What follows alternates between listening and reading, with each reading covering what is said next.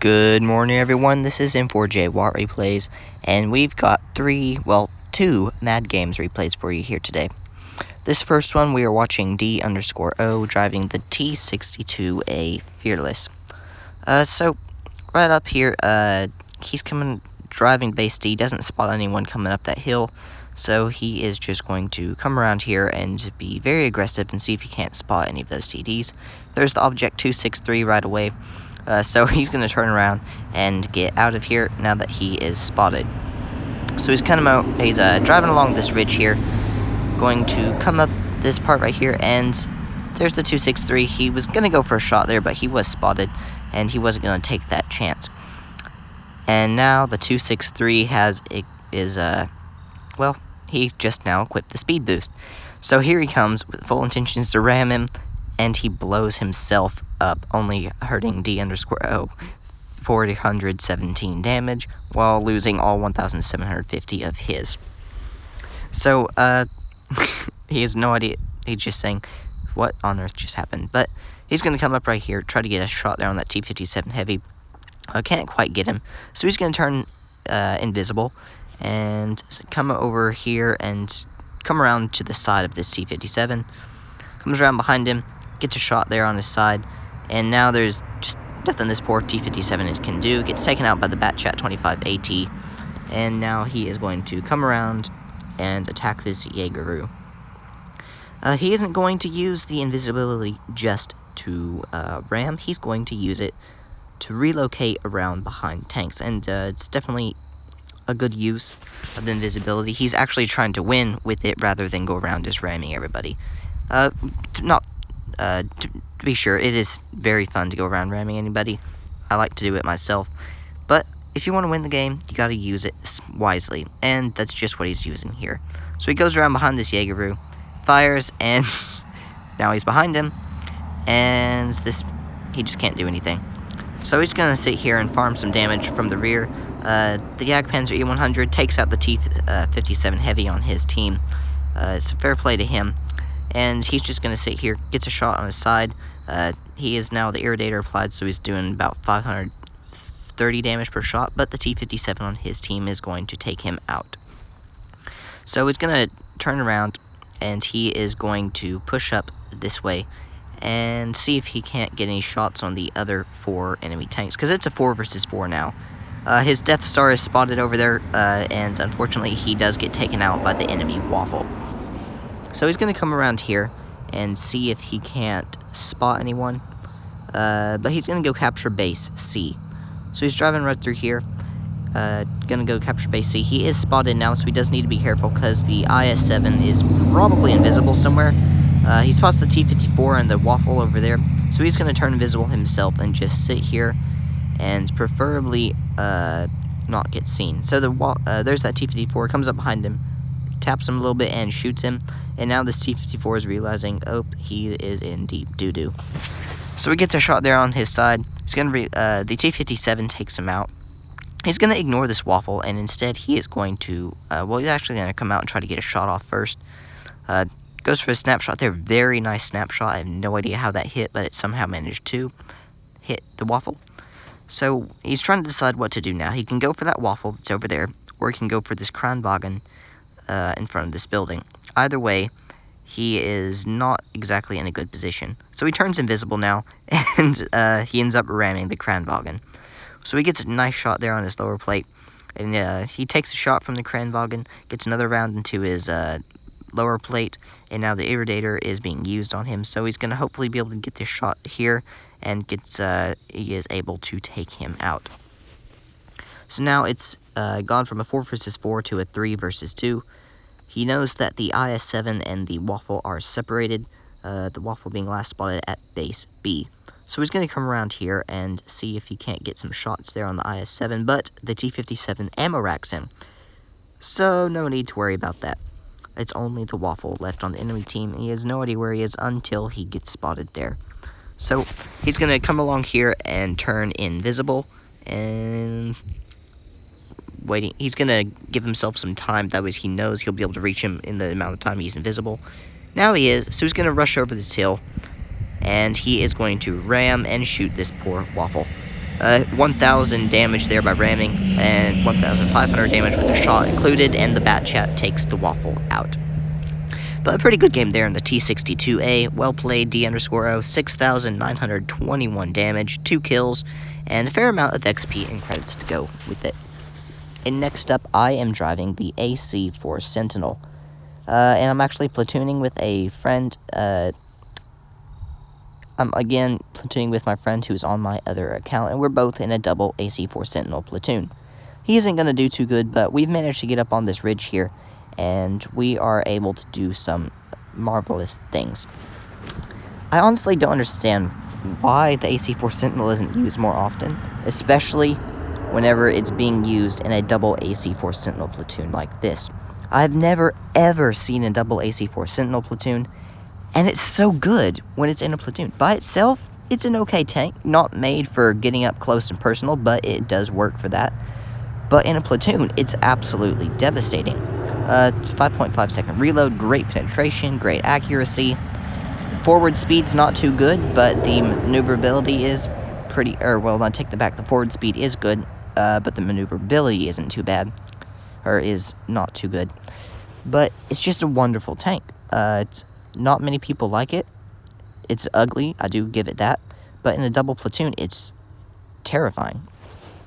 As you can see there, we've managed to kill 2 guys, pull off 1,200 damage, get a beautiful shot there on that M6, and now we're going to come around and see if we can't get this spike. He has dropped down, so we're going to do something.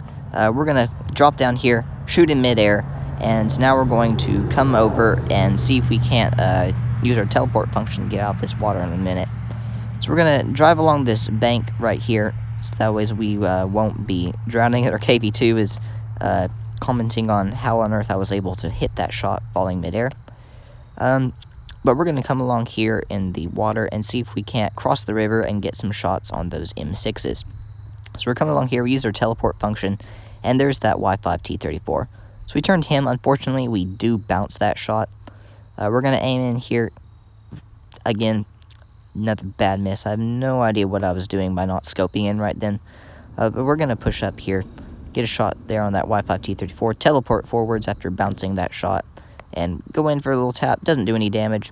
Get a shot on him. We're going to try to back up behind this SU-100Y, and we're just going to use him as a shield. We do take another shot from him, unfortunately, and we teleport forward and ram the dead carcass of the Y5T34.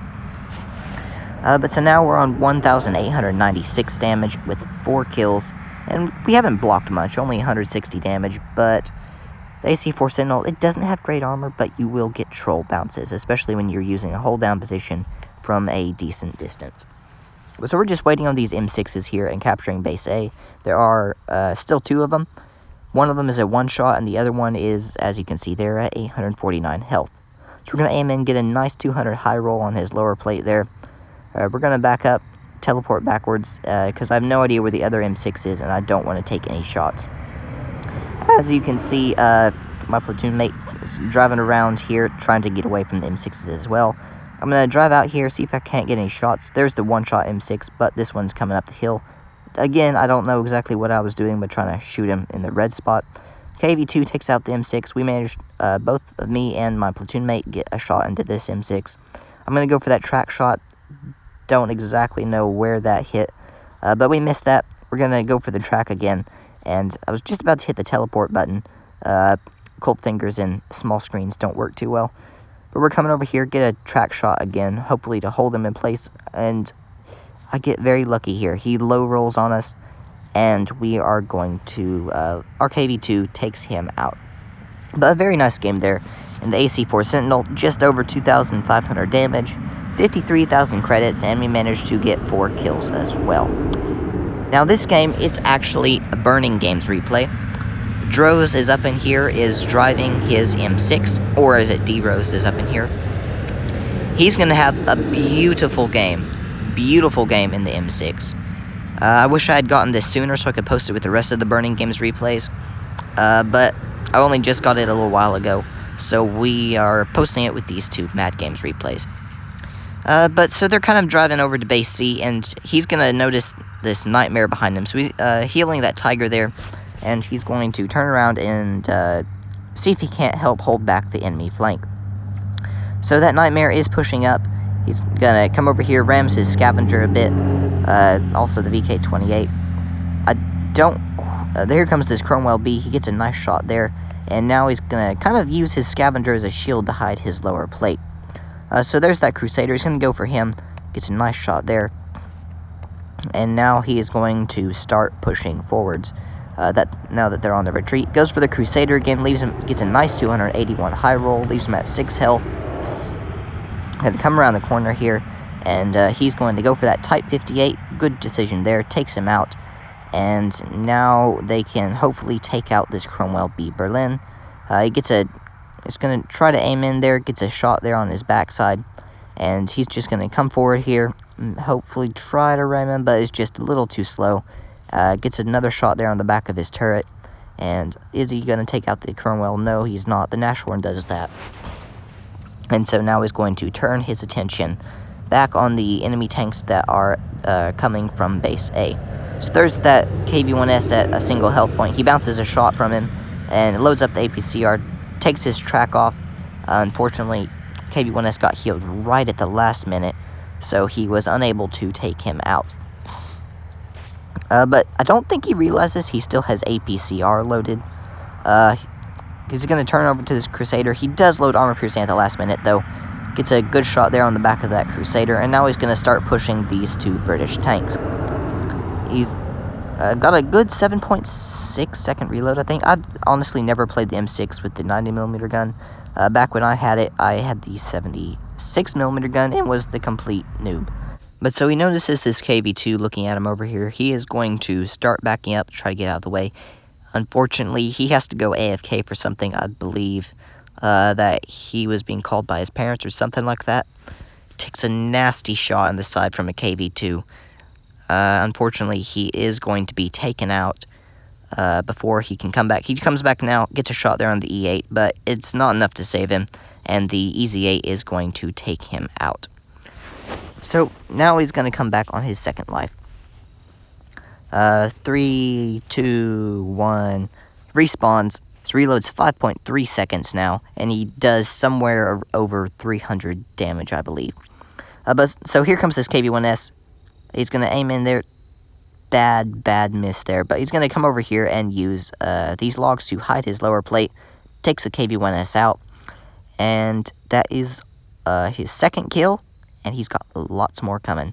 I don't know exactly what was happening there with that KV-1S. I just like respawned there or something. I don't know. That was a really weird kind of glitch thing. But gets a shot there into that KV-2. Takes him out for his third kill. He's going to turn around here and go for that Nightmare who's coming around the corner here. He is a one-shot. Bounces on the Nightmare's gun. Nightmare takes out his Tiger 131. It's a 2 versus 5. Gets a nice shot there on that Nightmare. He's going to try to face his hole. Bounces a shot from the EZ8. Takes him out. And now he is getting pinned from this Type 58. He's going to go for the Nightmare. Good choice. Takes him out. He's going to start backing up a little bit more. Pokes back out again. Gets a bad bounce on the side of that Type 58 there. Comes around the corner here. Gets a nice shot there into that Type 58. KV-1S is behind him again. Takes a nasty shot from him. Takes out the Type 58. Turns to this KV-1S. Using this Nightmare's carcass as a shield. Gets a shot there into his side.